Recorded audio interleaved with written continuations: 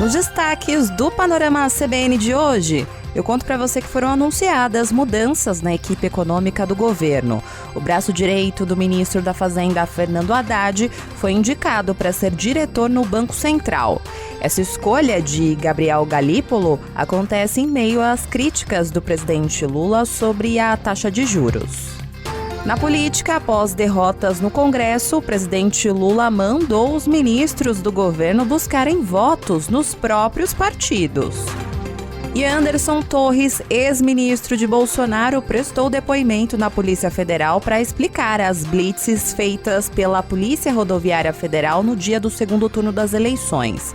Dessa vez, Anderson Torres não ficou em silêncio e agora a expectativa para saber o que ele falou e se vai respingar de alguma forma no ex-presidente Jair Bolsonaro. Panorama CBN. Olá para você que está ouvindo o Panorama CBN. Eu sou a Juliana Prado e vou te contar em menos de 30 minutos tudo o que foi notícia nesta segunda-feira, dia 8 de maio de 2023. E aí, tudo bem com você? Espero que tenha conseguido descansar nesse final de semana, porque por aqui a semana promete, porque tem muitos assuntos rolando no noticiário e que vão ter desdobramentos nessa semana. E eu começo esse episódio pela economia, porque hoje teve um fato importantíssimo.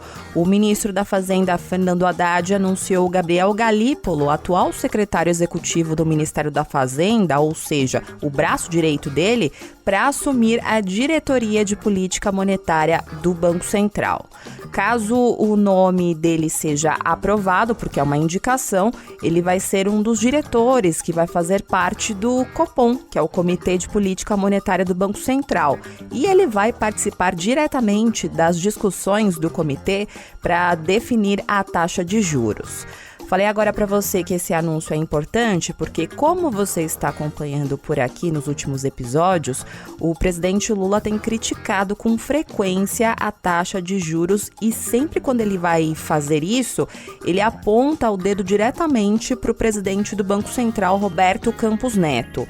Lula diz que a condução da política monetária por parte do Banco Central tem prejudicado o crescimento do país, porque atualmente a taxa Selic está em 13,75% ao ano.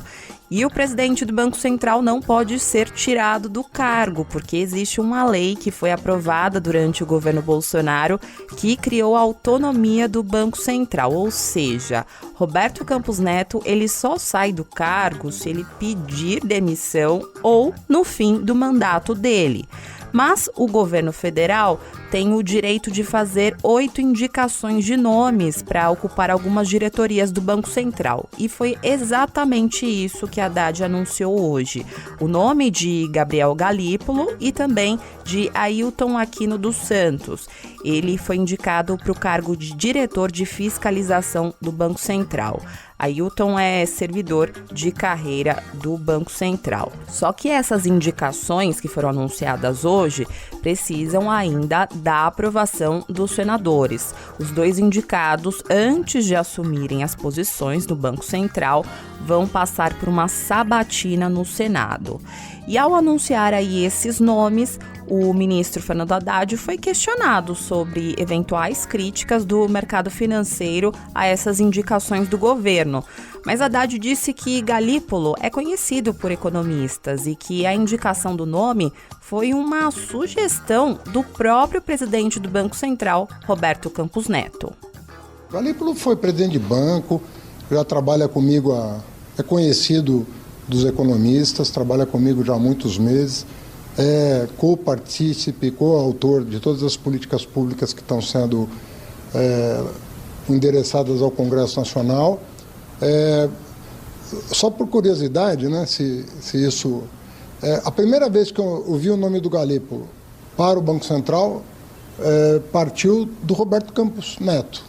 Eu estava no G20, na Índia, fomos almoçar juntos e foi a primeira pessoa que mencionou a possibilidade do Galípolo ir para o Banco Central no sentido de entrosar as equipes do Banco Central e da Fazenda. Como eu contei para você agora há pouco, a confirmação desses nomes para o Banco Central depende da aprovação dos senadores. E na avaliação de Fernando Haddad, essas indicações não enfrentam resistências no Senado. São duas pessoas extremamente técnicas, muito bem vistas pelo Congresso Nacional, inclusive, né?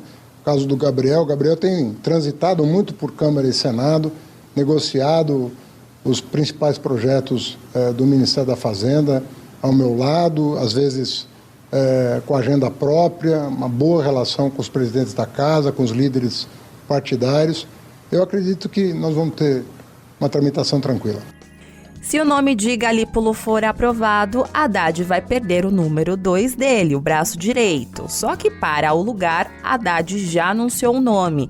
Provavelmente, Dario Durigan, que é o atual diretor da Meta no Brasil, vai ser o braço direito de Haddad. Só para te situar, a Meta é dona do Facebook, Instagram e também do WhatsApp. E antes de trabalhar na iniciativa privada, Dario Durigan teve uma longa carreira no serviço público, onde ele já atuou com Fernando Haddad em outra oportunidade como assessor especial da Prefeitura de São Paulo, na época em que Haddad era prefeito da capital paulista. Até por isso que Haddad garantiu que, além da qualificação técnica, Durigan também é uma pessoa com a qual ele já interage há muito tempo e que tem plena confiança para assumir o cargo de secretário executivo do Ministério da Fazenda. É claro que, ao longo da programação da CBN de hoje, falamos sobre este assunto com os nossos comentaristas. E eu separei aqui para você ouvir um trecho da análise da nossa comentarista de economia e colunista do jornal Globo, Miriam Leitão. Ela avaliou como positiva essa indicação de Galípolo para o Banco Central. Ela também explicou se ele pode influenciar de alguma forma na decisão da taxa de juros e também falou sobre a indicação de Dario Durigan para ser o novo braço direito de Fernando Haddad no Ministério da Fazenda. É uma boa indicação, porque o Gabriel Galípolo tem muito conhecimento de política monetária. O Galípolo sempre fez esse meio de campo entre o governo, mas também tem muito diálogo com Roberto Campos Neto. Então ele não está indo lá como um inimigo, né? Ele é um inimigo que vai lá fazer a bancada do PT, não é assim. Ainda que as decisões são tomadas de forma colegiada. Então, isso não vai mudar o voto do Banco Central, pode mudar um pouco a dinâmica do debate. Dentro os debates, porque o Copom fica reunido 2 dias discutindo e depois toma a decisão, né? Então, o debate vai ser enriquecido talvez com uma visão alternativa da que eles estão falando sempre lá sobre a questão da taxa de juros, né? Para o lugar de secretário executivo, né, que o Galípolo era secretário executivo, ele mandou ele escolheu Dario Durigan. O Durigan, ele é mais do mesmo na equipe, né? Então a equipe perde um pouco da diversidade, que o Galípolo trazia uma diversidade maior para a equipe do Ministério da Fazenda. E é claro que esse anúncio mexeu com o mercado financeiro. Os investidores reagiram e eu vou contar para você como é que ficou o fechamento do mercado. A Bolsa de Valores de São Paulo encerrou o dia de hoje com uma leve alta de 0,85% aos 106.042 pontos. No mercado de câmbio, o dólar comercial fechou o dia em uma super alta de 1,37%, rompendo novamente a barreira dos R$5. Com isso, a moeda americana fechou o dia cotado a R$ 5,011. Já o euro também fechou hoje o dia com uma super alta de 1,21%, cotado a R$ 5,513. Outra notícia que mexeu com o humor dos investidores hoje lá no mercado financeiro foi uma decisão que foi tomada na sexta-feira pela Advocacia Geral da União, que acionou o Supremo Tribunal Federal para barrar pontos da privatização da Eletrobras. Só para te situar aqui, a privatização da Eletrobras, ela foi proposta pelo governo de Jair Bolsonaro, foi autorizada pelo Congresso em 2021 e foi concluída na Bolsa de Valores em junho de 2022. Nessa ação, que também é assinada pelo presidente Lula, a Advocacia Geral da União afirma que a lei que permitiu essa privatização da empresa diminuiu irregularmente o peso dos votos a que o governo teria direito. Como eu contei para você, a AGU entrou no Supremo Tribunal Federal na sexta-feira, pós-fechamento do mercado financeiro, e hoje os investidores reagiram. Inclusive, a própria Eletrobras reagiu hoje. A empresa divulgou um comunicado nesta segunda-feira em que afirma que a ação apresentada pela Advocacia Geral da União contraria condições legais e econômicas que embasaram o processo de desestatização da companhia. Para a empresa, o processo de desestatização foi conduzido em conformidade com a legislação que foi aprovada pelo Legislativo e também com a Constituição Federal. E que, se essa ação do governo for aceita pelo STF, a União pode recuperar o poder nas decisões da Assembleia Geral da empresa. E, segundo a Eletrobras, isso contraria as premissas legais e econômicas que embasaram as decisões de investimento do mercado, inclusive os milhares de trabalhadores titulares de contas do FGTS que optaram por investir uma parte desse fundo na Eletrobras. Depois aí desse comunicado da empresa, as ações da Eletrobras caíram mais de 3% nesta segunda-feira. E do ponto de vista político também teve repercussão. O presidente do Senado, Rodrigo Pacheco, disse hoje que o debate sobre reverter a privatização da Eletrobras atrapalha a empresa de energia. O presidente da Câmara, Arthur Lira, já havia criticado essa ação de Lula e defendido a privatização da Eletrobras. E agora, Pacheco também saiu em defesa do processo. Essa discussão acaba por gerar algum desvalor à empresa, e isso não é bom para o Brasil, porque ela é também um ativo nacional, considerando a participação da União no seu capital social. Diversos depositários de FGTS converteram esses recursos em ações da Eletrobras. Então, valorizá-la significa atender mais de 300 mil pessoas nessa condição hoje de acionistas minoritários da Eletrobras.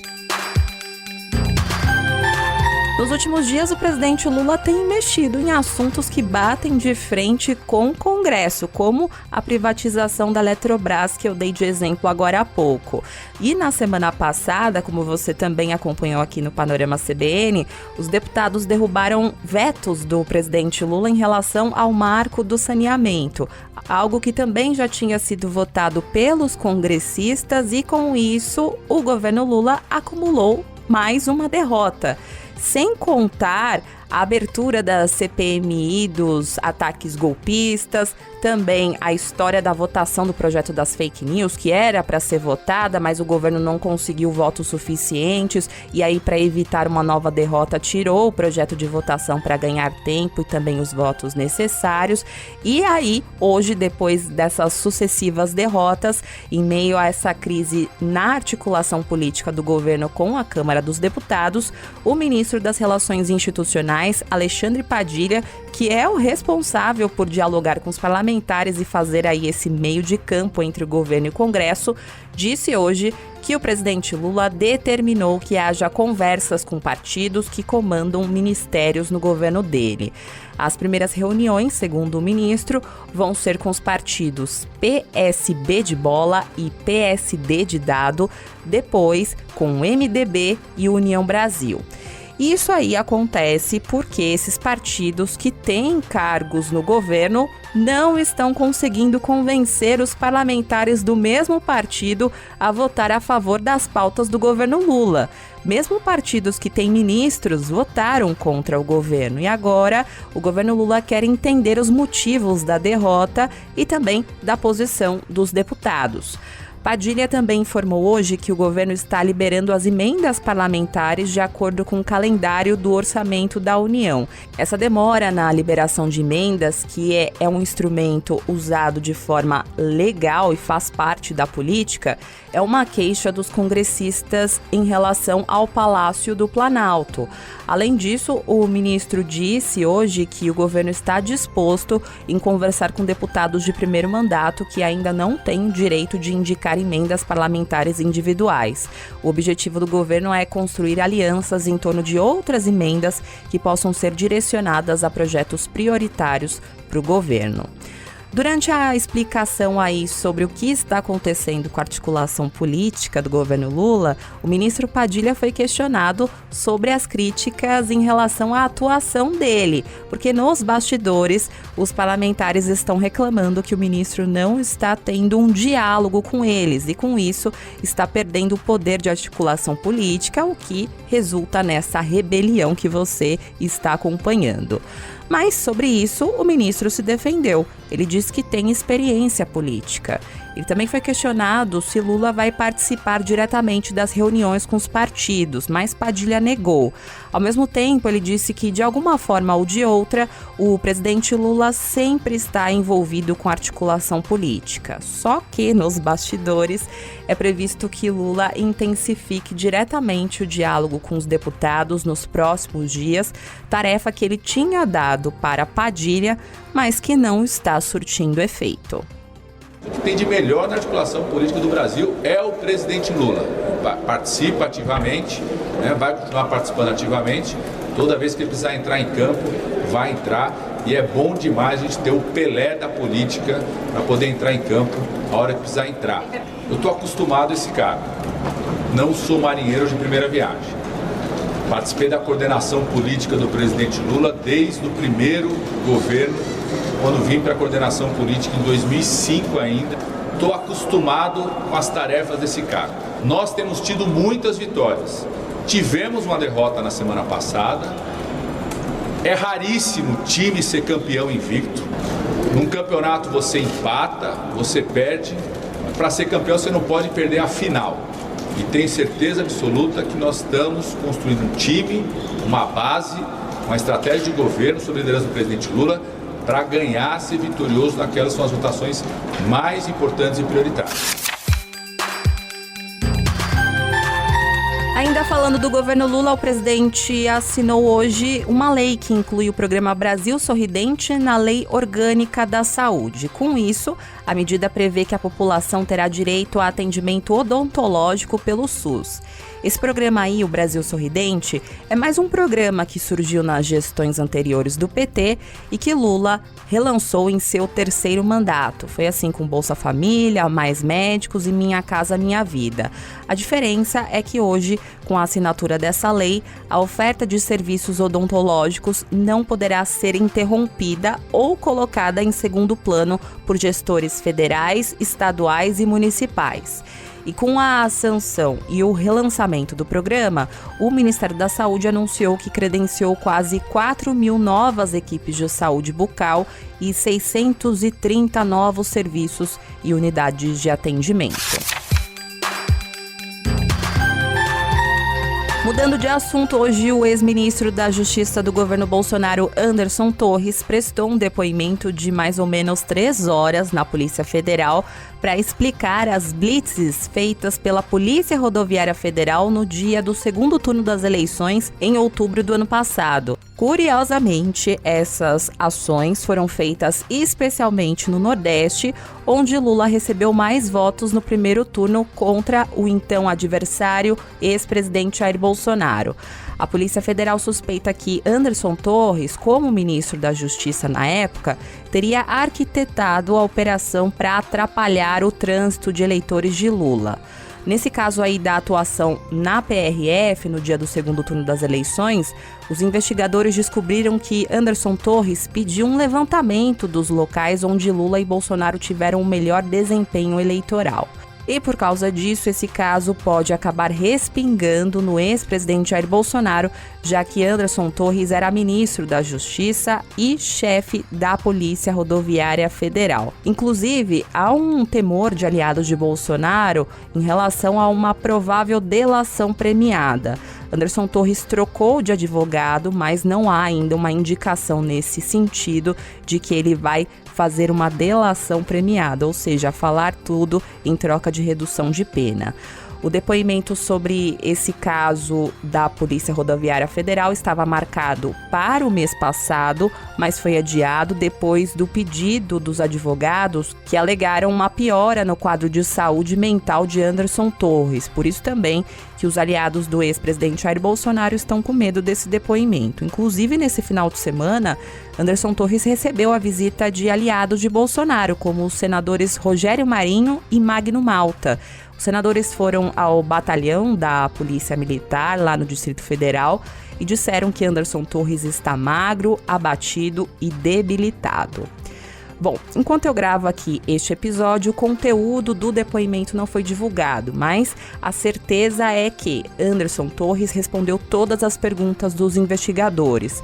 Os advogados do ex-ministro informaram que ele manteve a postura de cooperar com as investigações, porque ele é o principal interessado nos fatos.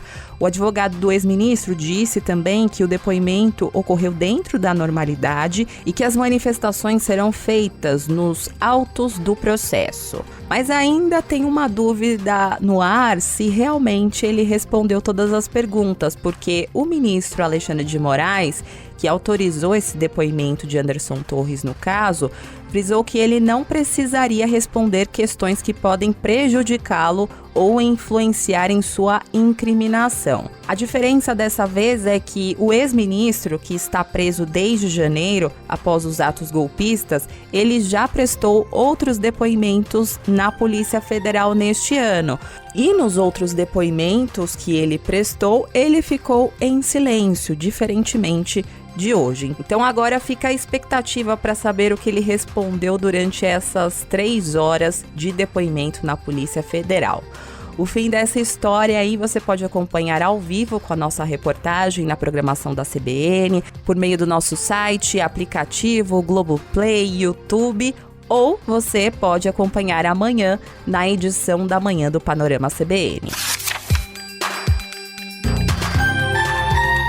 Você conhece alguém que é aposentado? Então presta atenção aqui nessa informação. Hoje a Advocacia Geral da União recorreu da decisão do Supremo Tribunal Federal sobre a chamada revisão da vida toda do INSS, ou seja, o recálculo da média salarial para a aposentadoria, considerando todas as remunerações do trabalhador, mesmo as anteriores a julho de 1994, quando foi implementado o Plano Real.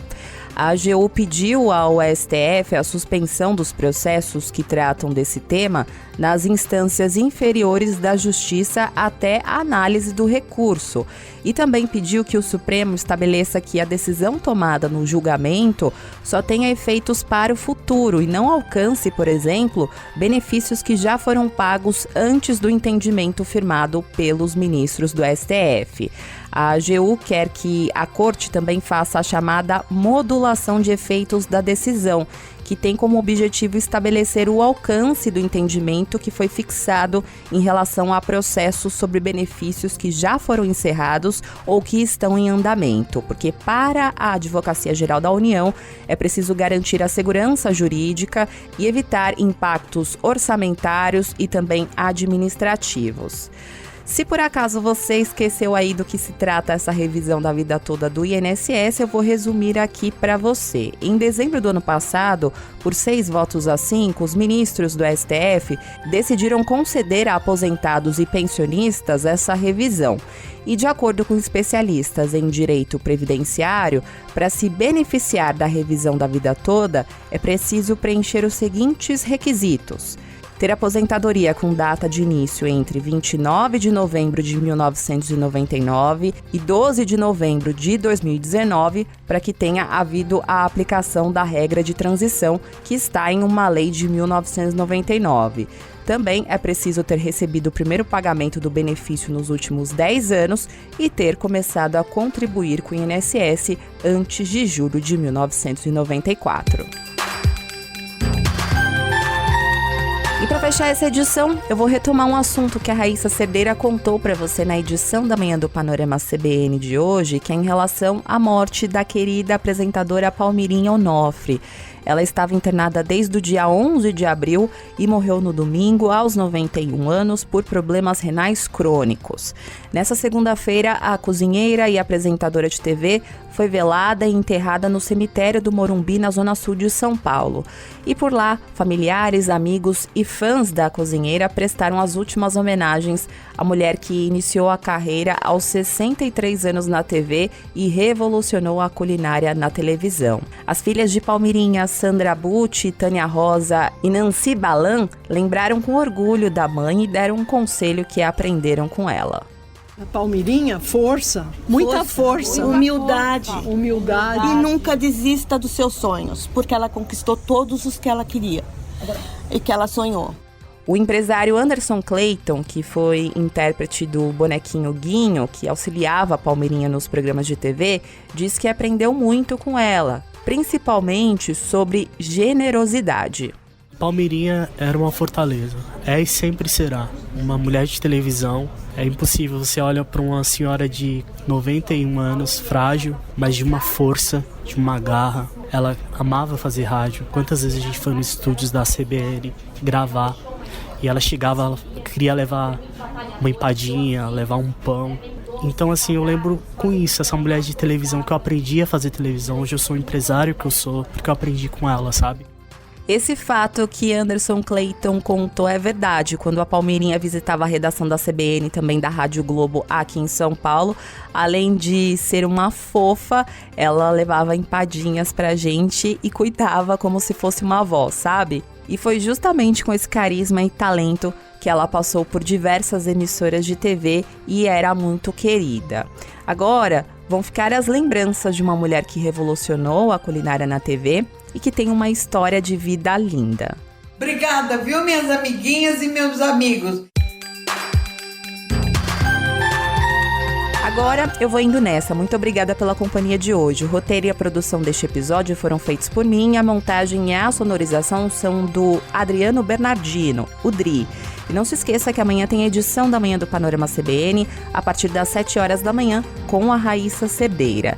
Beijos pra você e até mais. Panorama CBN. As principais notícias do dia em menos de meia hora.